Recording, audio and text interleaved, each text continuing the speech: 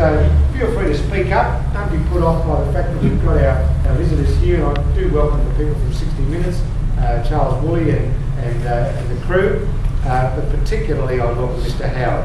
And I'll call on Mr. Quilty in a formal way on behalf of the college to welcome Mr. Howard this morning to our speech. Thank you,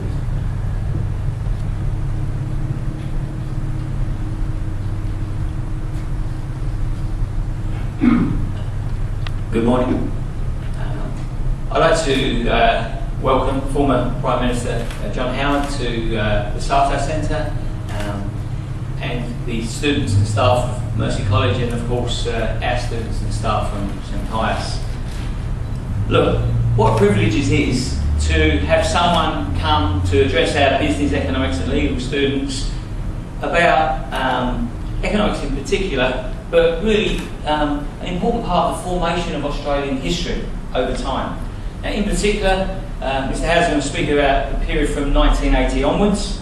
He'll talk about deregulation of financial markets, workplace reform and privatisation, which are the things that really laid the groundwork for change in Australia. And having laid that groundwork, those things help deliver on efficiency, competitiveness and flexibility in our economy. Now, that was done through microeconomic reform and a general restructuring of the Australian economy, and it's really delivered Australia to be where we are today. So a 30-year period, but the vision of Mr. Howard initiating the original Campbell inquiry set that period for change in motion. So we're talking about vision, we're talking about change, and we're talking about leadership. And I'd like you to welcome Mr. Howard today to the lectern to talk about those areas. Thanks a lot.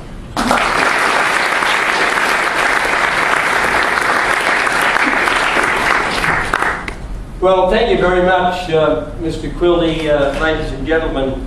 Just to sort of fill you in, because when I look around this room, I guess if I do my maths correctly, just about all of you were born in the time that I was Prime Minister, between 1996 and 2007.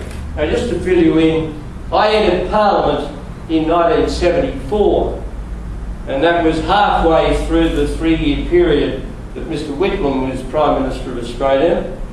I became a junior Minister for Business and Consumer Affairs when Malcolm Fraser became Prime Minister at the end of 1975, and then he appointed me Treasurer at the end of 1977, and I retained that position until Bob Hawke became Prime Minister of Australia in 1983, and I then spent 13 years in opposition, which was character building. It always is to have a bit of adversity in life. And I was opposition leader for a period of 3.5 years, and then I was removed by my party and replaced by somebody else, and then a few years later my party drafted me back into the leadership, and I became Prime Minister at the election in 1996, and I defeated Mr. Keating's government, and then in 2007 Mr. Rudd, leading the Labor Party, defeated me. And I left Parliament all in one go because I lost my own seat, which had been made marginal by redistribution, and here I am 5 years later. So that's a very quick survey of what happened to me, so that those of you who are interested in the history of it can put a perspective on it.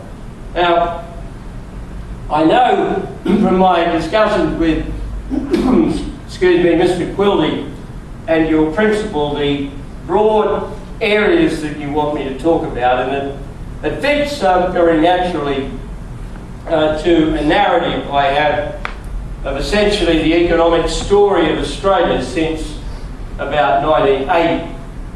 In 1980, if you looked at the Australian economy, you would see that there were 5 areas that were so different from what they are today, except in one which has gone back and forth, and I'll come to that in my presentation.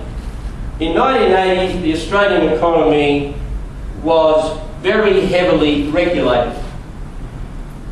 It was an economy that operated behind very high tariff walls. And you probably know from your studies that from the beginning of Australia as a nation, we relied very heavily on high protection. The view was taken that we had to impose tariffs, which are really taxes that add to the cost of imports, to protect Australian jobs and Australian industry. And a very talented Australian journalist by the name of Paul Kelly, who has written, in my opinion, the best political books on contemporary Australia, talked in a very good book he wrote called The End of Certainty. He talked about the Australian settlement. In other words, the attitudes that Australians had about major issues at the time of Federation. And that Australian settlement consisted of a number of pillars. First of all, there was high protection. Secondly, there was a very centralised, controlled wage fixing system through something that was quite unique around the world, Australia's system of conciliation and arbitration. Thirdly, of course, we had a policy of white Australia. We, generally speaking, didn't accept immigrants other than from European and predominantly British and Irish sources. And the fourth element was imperial defence and imperial preference in many of our trading relationships. We saw ourselves as part of the worldwide and very powerful British Empire, and we saw that as part of our defence. Now, they were the characteristics, the broad characteristics that covered Australia in the early years of Federation, and it's quite remarkable how long some of those things survived. The White Australia policy went in 1967. Harold Holt was the Prime Minister who first broke through. He was the Prime Minister who followed Robert Menzies on the issue of White Australia, and then as the years went by, that policy, which was indicative of an older, more discriminatory past, has disappeared completely, and a very good thing too. And it took, though, a long time for that to happen. And of course, the experience of World War II told us that imperial defence was no longer our great guarantor, and that we had increasingly to look to our own resources and to our alliance with the United States, as well as building our own friendly bilateral relations with countries in Asia for our defence and for our security. But interestingly enough, by 1980 we still had very high tariff walls, and we also had a highly regulated financial system. It wasn't until 1983 that the Australian dollar was floated.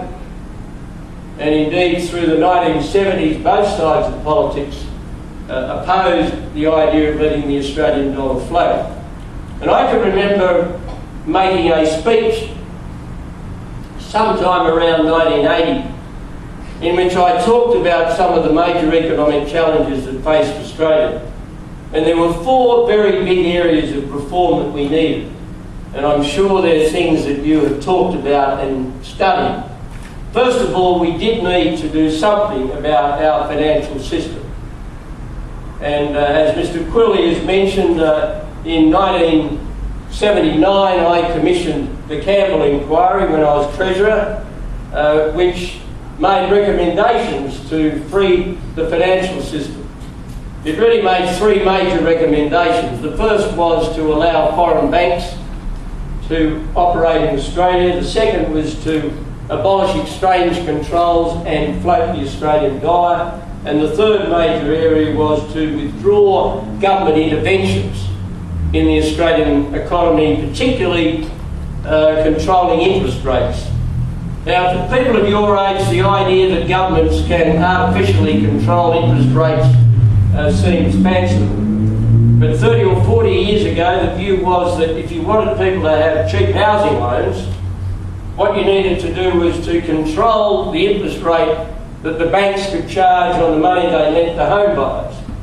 Now, that sounds terrific in theory, But the only problem was that the banks didn't have any money to lend, because nobody would deposit their money with the banks at the ludicrously low interest rates that the banks were able to offer to support their economic need to lend the money out at equally low, or just a little bit higher, but absurdly low interest rates. In other words, there's a supply and demand impact when the government intervenes.